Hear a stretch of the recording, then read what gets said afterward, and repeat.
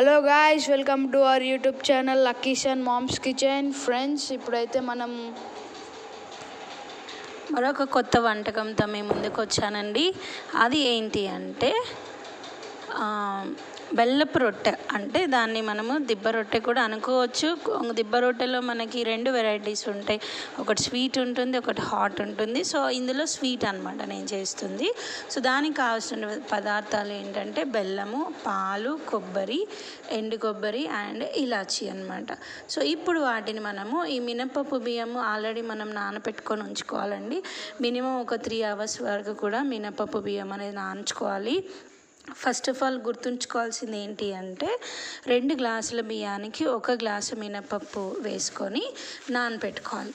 నానపెట్టుకున్న తర్వాత దీన్ని ఎలా మిక్సీ పట్టుకోవాలంటే మనము ఫస్ట్ మనం నానపెట్టుకున్నటువంటి బియ్యము, మినపప్పు ఉంది కదా, అది మిక్సీలో వేసుకోవాలి. తర్వాత కొంచెం బెల్లము, ఇలాచి, తర్వాత పాలు వేసుకోవాలన్నమాట. సో నీళ్ళు అనేది అస్సలు వేయకూడదండి, వాటర్ అస్సలు కలపకూడదు. మిల్క్తోనే చాలా టేస్టీ అవుతుంది అనమాట.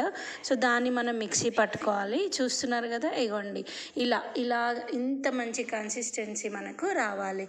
ఇప్పుడు దాన్ని ఏం చేస్తున్నా అంటే నేను ఒక మందపాటి బాణలు పెట్టుకోవాలి. అందులో కొంచెం వంట సోడా కూడా యాడ్ చేసుకోవచ్చండి. యాడ్ చేసుకొని ఒక 1/2 hour వరకు దాన్ని కొంచెము పక్కన పెట్టేసుకోవాలి. ఇప్పుడు ఏంటంటే ఒక బాణీలు పెట్టుకొని అందులో బాణీలు ఎట్లా ఉండాలంటే మందంగా ఉండాలి.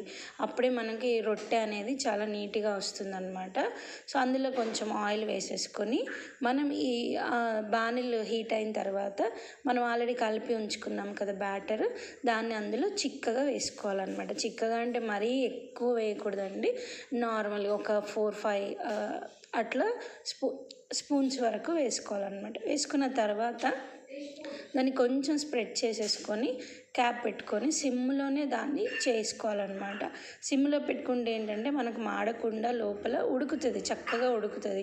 సిమ్లో పెట్టకపోతే ఉడకదు అనమాట. అందుకని ఏం చేయాలంటే దాన్ని సిమ్లో పెట్టేసుకొని మూత పెట్టుకొని మధ్య మధ్యలో చూసుకుంటూ ఉండాలన్నమాట. మీరు అలా సిమ్లో పెట్టుకొని ఉంటే చక్కగా రెడీ అయిపోతుంది మనకి. ఇదిగోండి, నేనైతే అది స్ప్రెడ్ చేసుకొని మూత పెట్టేసుకున్నాను. మూత పెట్టేసుకున్న కొద్దిసేపటికి అది మళ్ళీ కాగుతుంది. తర్వాత చూస్తున్నారు కదా, ఎంతో టేస్టీ కొబ్బరి రొట్టె అనేది మనకు రెడీ అయిపోతుంది. ఇప్పుడు దాన్ని తిప్పేసుకుందాము. చూసారా ఎంత చక్కగా రెడీ అయిపోయిందో. దాన్ని తిప్పేసుకొని మళ్ళీ ఒకసారి మూత పెట్టుకున్న తర్వాత మనం దాన్ని ప్లేట్లోకి తీసుకొని సర్వ్ చేసుకోవచ్చు అనమాట. సో ఇది మనము కావాలంటే ఒక కేక్ లాగా అనుకోవచ్చు, లేదంటే దిబ్బ రొట్టె అనుకోవచ్చు, మన ఇష్టం అండి. మనం ఏ నేమ్ పెట్టుకోవాలంటే ఆ నేమ్ కూడా మనము పెట్టుకోవచ్చు అనమాట. చూస్తున్నారు కదా, ఎంతో టేస్టీ అండ్ హెల్దీ రెసిపీ అనేది మనకి రెడీ అవుతుంది. సో నెక్స్ట్ ఇది కూడా నేను వేసేస్తున్నాను. సో ఇప్పుడు దీన్ని అయితే మనం కట్ చేసి చూద్దాము.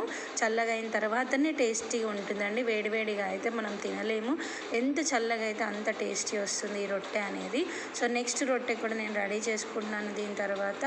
అంతేనండి, ఎంతో సింపుల్ అండ్ ఈజీ టేస్టీ కొబ్బరి రొట్టె, లేదు అని అంటే దిబ్బ రొట్టె మనకు రెడీ అయిపోతుంది అంటే చాలా టేస్టీగా అండి. అదే స్కూల్ నుంచి పిల్లలు వచ్చేసరికి మీరు ఇలాంటివన్నీ రెడీ చేశారనుకోండి, పిల్లలు చక్కచక్కగా తినేస్తారు. సో వాళ్ళకి చాలా హెల్దీ. లేదంటే బయట స్నాక్స్ అడుగుతారు కదా, అందుకని అనమాట. సో దీన్ని కట్ చేసుకొని తిందాము. కావాలంటే దీన్ని ఒక 2 పీసెస్గా కూడా చేసేసుకొని మనము సర్వ్ చేసుకోవచ్చు అనమాట. అంతేనండి, ఎంతో టేస్టీ అండ్ రుచికరమైనటువంటి కొబ్బరి రొట్టె మీకు రెడీ అయిపోతుంది. ఇంతకీ మీకు నత్త స్టోరీ చెప్పలేదు సుమా. ఏంటి అని అంటే ఒకసారి మనము మా మమ్మీ వాళ్ళ ఇంటికి వెళ్తే అక్కడ నేను ఒక నత్తని చూశాను అనమాట. దాన్ని క్యాప్చర్ చేశాను. అది ఎలా నడుస్తుంది, జనరల్గా మనకు సామెత ఉంటుంది కదా నత్త నడకలాగా. సరే అని చెప్పి దాన్ని నేను అబ్జర్వ్ చేస్తూ ఉన్నాను అనమాట. అబ్జర్వ్ చేస్తూ ఉంటే అది ఎట్లా నడుస్తుందంటే మెల్లగా నడుస్తుంది. సో దాన్ని కూడా నేను మీకు చూపిద్దామని దాన్ని తీసుకొచ్చేసాను.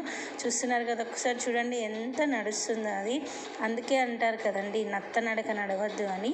సో నాకు తెలిసి మీకు వీడియో నచ్చినట్లుంది. Bye friends.